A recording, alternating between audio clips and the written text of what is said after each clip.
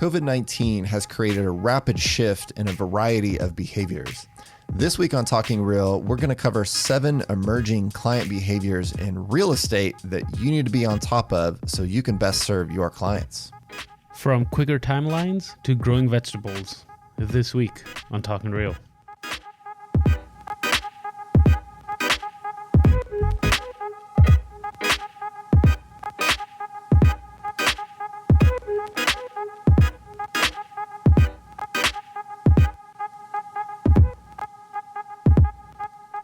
Welcome back to Talking Real, brought to you by the Oklahoma Association of Realtors. This is episode 132 of Talking Real in the studio with Jeff and Nabil.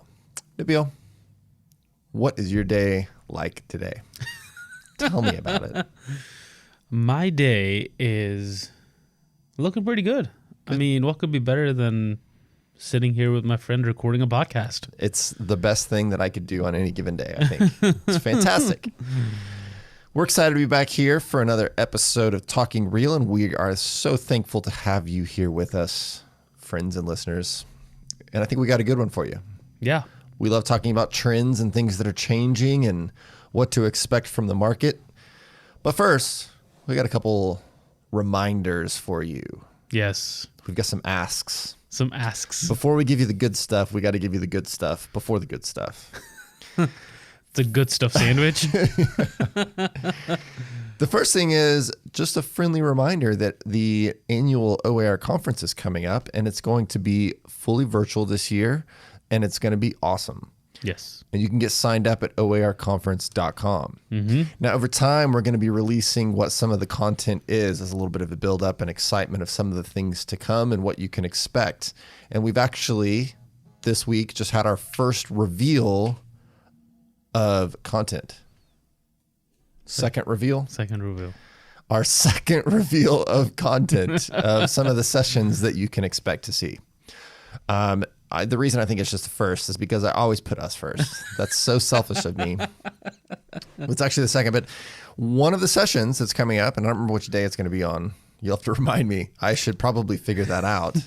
We'll have to figure that out soon. No, it's actually the first session. The very first session of conference. After the kickoff on Tuesday, October 6th at 10 a.m.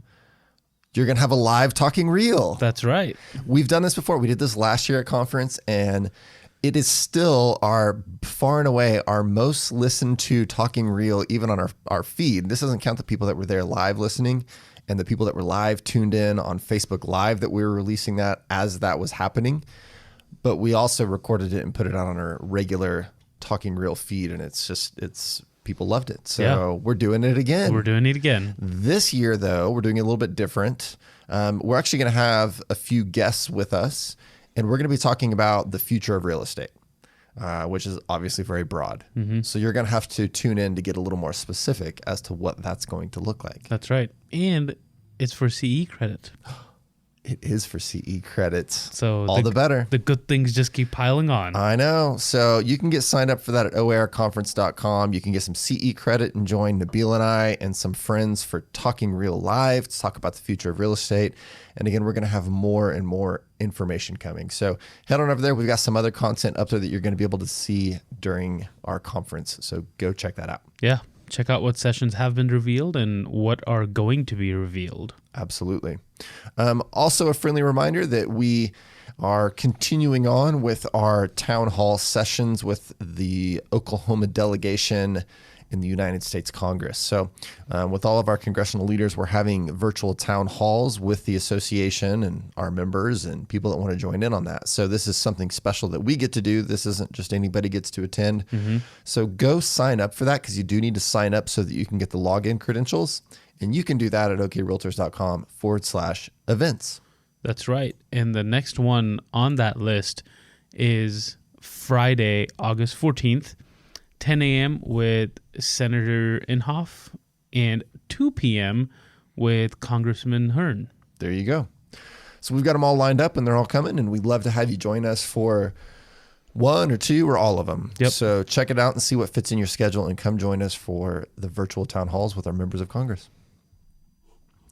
Nabil, we've had so much discussion about COVID-19 generally, not just related to real estate, although we have had that too. We've had a lot of discussion about it as it relates to real estate, particularly early on, and kind of how to deal with real estate transactions and business during this crazy time of COVID-19. The word unprecedented gets used a lot these days, and maybe we'll end up using that some more today. Or once in a lifetime. Yeah. And I am wondering, because I saw this on Twitter, I didn't make this up, but we are curious when things will become precedented again.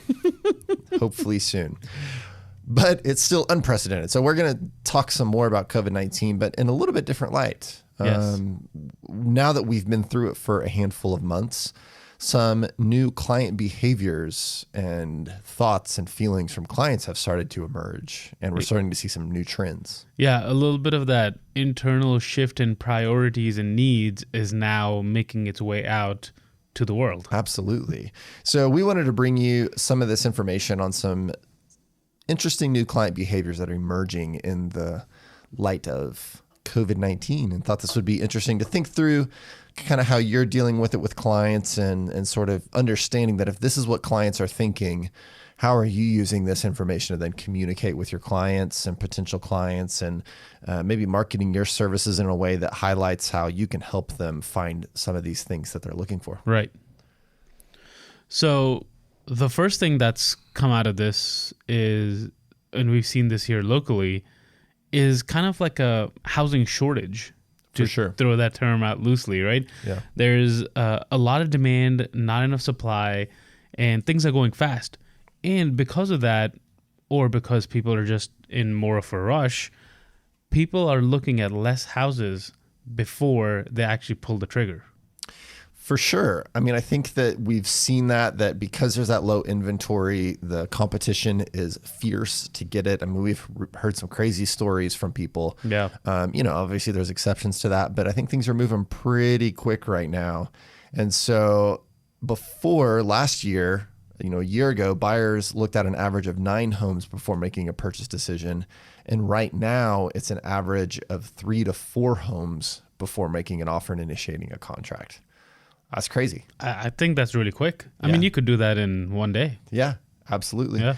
And I think part of that is, again, people are saying if there's a house and it looks good and that's what they want, like Do it. Do it now, because it may not be there tomorrow. Right. So certainly that concept of, and I'm sure that everybody out there is stressing that to their clients, that if you look at a house and you like it, you better try to snatch it up now. Don't wait, because you may not have that opportunity. Mm-hmm. The next thing, and this is my favorite part, is that how the wish lists of what people want in their house are really starting to change. Yeah. And this makes total sense. So, if you think about what's happening, we've seen a large number of working from home, just in general, whether that's temporary or permanent. I mean, even here at OAR, we're kind of doing a mixed schedule so that we're having some work from home, some work in the office, and kind of a rotating basis, just to, make sure that we're trying to comply with various guidelines and keep everybody as safe as we can. Right. But we've seen a lot of large corporations that are going almost completely 100% work from home. I mean, they've made the decision that, this is working for us, so we're going to take our giant workforce and everybody's going to be working from home. Right. In fact, I think I saw that some corporations are just selling their properties that they had too, right? Yeah. So, I mean, they've committed. Absolutely. So kind of an interesting shift here. So what are the things that we're seeing? Well, they are showing that 65% of people that are looking for homes, nothing has really changed in their wish list. So still the majority of people are still looking at the same thing, but that does mean 35% are looking for something different. And of course, the biggest thing that people are looking for is a home office, that they're now putting that on there, as it turns out that having to work from the dining room table or work from the bedroom or whatever isn't great. So if you're in a situation of working from home, having a home office. And NAR's research is showing that there are many people that are also looking for multiple home offices, so that there's not just one, but maybe they have 2 home offices because maybe both spouses are working from home, and so they want separate offices. Right. And in the past, maybe you could have worked from one office, but because everyone's always on a Zoom call or, has to be on video conference, whatever it is, you can't be in the same office when you're doing that. Absolutely. So that Certainly is a challenge. interesting that you want a couple of different offices. Yeah. There's some other things that people are looking for that, again, completely make sense. Some of those are just a larger size house for more personal space if you got to spend more time at home. Yep. A bigger yard for maybe having a garden. Becoming self-sustaining. Absolutely. Live off the land. Things like a swimming pool are becoming more popular and more desirable because people aren't necessarily traveling as much. And so having that available. And also, important broadband internet access, because there are, interestingly, a lot of places out there that don't have that. So still looking for that kind of thing. So those are just a handful of different things that people are looking for. But that home office and more space is really those top priorities that people are looking for. So that's a big thing, I think, when you're talking to clients, is really emphasizing those homes that have that home office and getting a feel for, do they want that and what their needs are in terms of possibly working from home. And has that little bit of extra space that you could spread out inside your own home. For sure. The next thing, because people aren't commuting to work and have a lot of options from working from home or working remotely, they're less concerned about commutes. Yeah. So, maybe that geographical restriction has now grown to really be able to get what they want out of a house. Right. So 22% of the realtors surveyed by NAR said that their buyers were less concerned about shopping for a home in a specific area. Yeah. I think that's interesting that it's opening up new possibilities. So again, having that conversation with your buyers of how important is commute and being close to the office, and is your office at home? Because then it doesn't really matter. You can work from anywhere. So your bedroom is 10 steps away from your office. Yeah. In this house, it's 15. So, 50% more commute. Absolutely. The next thing is multi-generational households may become more common. Seems like there may be a little bit of a shift there. Which is really interesting. So I guess 1 in 6 Gen Xers and younger baby boomers purchased a multi-generational home before COVID.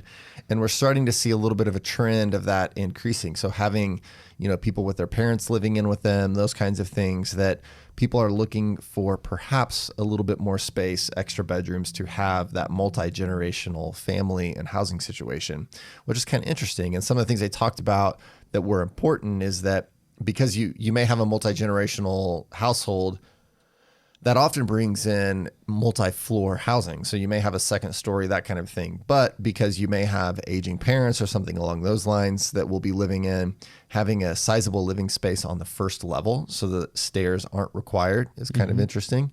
But yeah, seeing that younger buyers in particular are wanting to live a little bit closer to their family. And so that's kind of a big deal. So before, the top reasons to move before the pandemic were a new job, marriage, having a baby, so they need more space.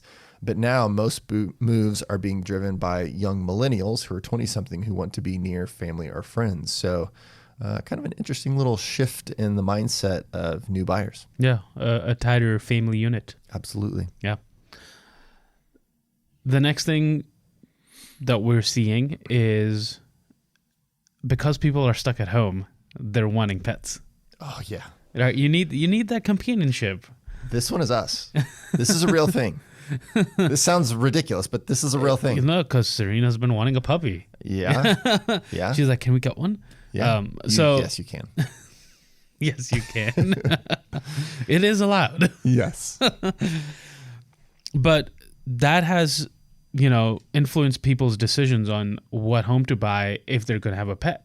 Because you need to have, maybe yard access or space for them, whatever that is. But because wanting a pet has grown on the list of people's priorities, this is another consideration that they're making. Absolutely. I mean, people, I think, look at it as, well, if I'm working every day, I can't be home with, to train a puppy or something along those lines. But now people are working from home.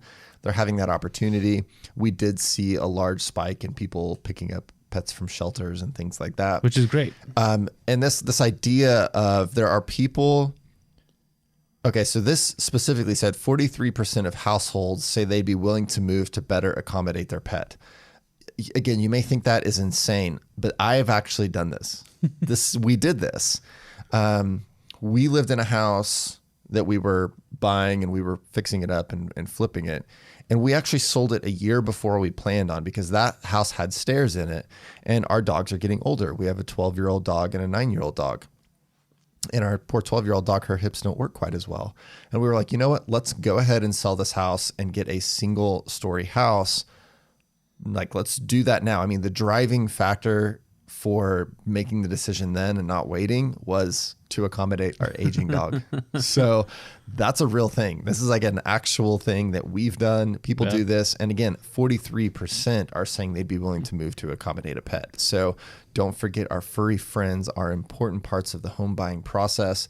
So have that conversation with your buyers. You know, what are your pets like? You know, tell me about your pets, because that can influence your housing decision for sure. Right. So that's part of our family, man. It's not just some animal. I know, because, I mean, they've lived with you for 9 and 12 years. Absolutely. Right? So I've known them longer than I've known most of my friends. Yeah, absolutely.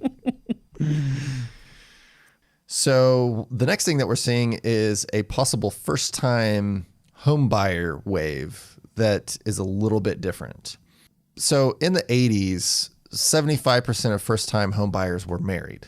And then in 2019, that dropped to 53%. So most people are coming in where, again, still a slight majority are people who are married when they enter into that first-time home buying, but it's much closer to 50-50 of people that aren't. Young adults also tend to be waiting longer to get married. Mm-hmm. And so meanwhile, unmarried couples are buying homes at the highest level ever recorded by NAR. So you also have couples who aren't married at 17% are buying homes. And they're also seeing a rise in roommates pooling their incomes together to purchase a home together, which is really kind of an interesting idea. And that's probably less common here in Oklahoma. Certainly I think you would see in some of the more expensive markets, in New York City, out in California and places like that where it's more expensive. Buying on your own could certainly be a real challenge, where housing's much more affordable here in Oklahoma. This is kind of interesting that we're seeing in 2019, first-time home buyers comprised 33% of the housing market, which is still actually a low number by historical standards. We're starting to hopefully see an uptick in this first-time home buyers.